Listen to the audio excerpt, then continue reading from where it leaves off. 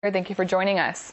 The whole global warming theory may be nothing more than hot air, critics say, as a major UN climate change conference draws near. The debate stems from leaked emails stolen from a research center in Britain, which raised concern over data manipulation.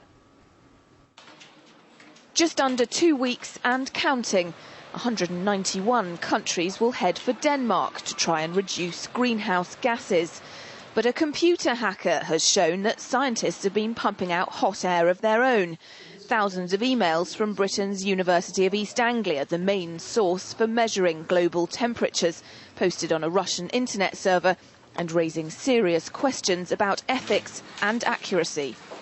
In these emails, they talk about trying to suppress the real data, and they talk about working with government to not release the documents to Freedom of Information Act request. And they also talk about how to persecute scientists and other people and get their funding revoked, get them in trouble, get them kicked out of peer-reviewed journals if they tried to file scientific data that disprove that global warming was indeed happening or that it was man-made. So this is a giant scandal. This is Climategate. Now that climate change theory is in the public domain, the majority of ordinary people don't even think to question it. But in fact, climate observers say average temperatures are no higher than they were in 1998, and they may get cooler, not warmer, in the coming years. And among those convinced of global warming, some dispute just how much humans are to blame.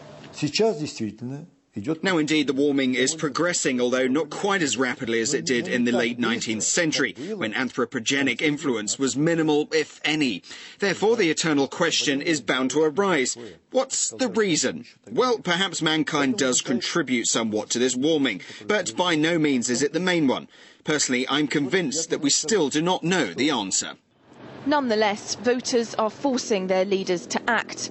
That's why they're heading to Copenhagen to cut carbon. But for some nations, it could choke their struggling economies. A lot of countries can't afford to commit to any legally binding targets because they need to raise millions and tens of millions of people out of poverty. India, China, they cannot afford to sign up to any such binding targets, and therefore Copenhagen will be more or less a political agreement, but not a legally binding agreement. Is the world getting hotter, or is it just the politicians' rhetoric? And if any targets agreed at Copenhagen are based on flawed research, surely it would say more about leaders trying to score popularity points back home rather than saving the planet. Laura Emmett, RT. Copenhagen's preparing to host experts and world leaders next month to discuss how to prevent climate change. But while they'll be looking to put new restrictions on greenhouse emissions, not everyone in the scientific community is in agreement over global warming. RT's Sean Thomas listened to both sides of the fence. After hackers allegedly exposed one of the most respected climate research institutes as having defrauded the world in regards to global warming, the shock subsides and the experts start to weigh in. The data, real data, over the last 1,000, 10,000 or million years shows there's no relationship between carbon dioxide and world temperatures or climate extremes. And now we can see that actually the people in charge of the data have been fiddling it.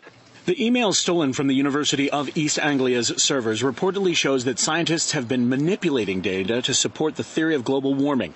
What makes this recent development so scandalous is entire governments have developed significant policy based on the idea that global warming is fact.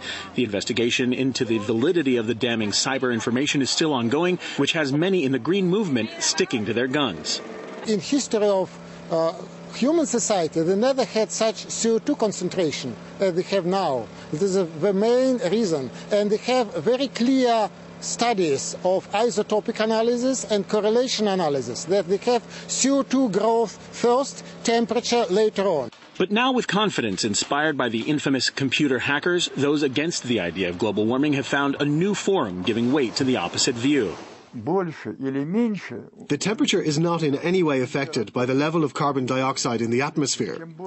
The more carbon dioxide there is, the better it is for humanity. And I will explain why. Carbon dioxide is like bread for green plants, so agriculture gains significantly if there's more of it. Now publicly included in the debate is data that suggests the world's average temperature has been decreased over the past 7 years, calling into question the need for current carbon emission standards. The Kyoto Protocol is a bluff because it connects carbon dioxide and consumption. Every country has a limit of how many cars it can have, and so on. That is total nonsense. Americans were right in petitioning everyone not to sign the protocol. And while opponents are declaring victory over what they are calling the global warming bandwagon, the scientists who believe in the Earth's rising temperature caution not to dismiss the idea too quickly. I especially take the special report prepared by Russian Academy of Science and Russian Meteorological Service. This report has even special chapter compared anthropogenic impact and solar impact, all other factors, clearly proving that current climate change is unfortunately anthropogenic. So while the debate continues, it is safe to say the theory supporting global warming has taken a significant blow. Sean Thomas, RT. Absolutely. This particular university in England is the main scientific source cited by the UN. And over the last decade, other independent scientists have demanded to see their raw data because it didn't fit with the other raw data that other universities and research facilities had, and they'd always refused.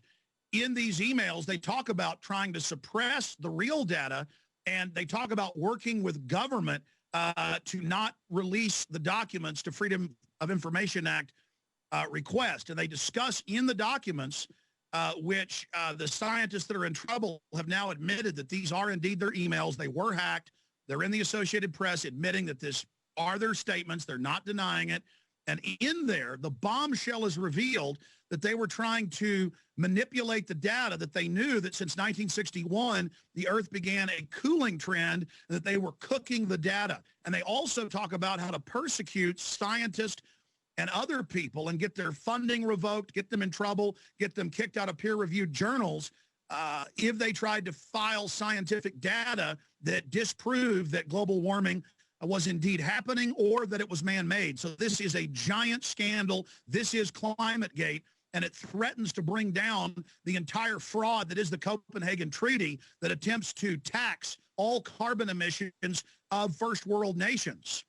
And so why would they do that? I mean, why would they essentially make up global warming?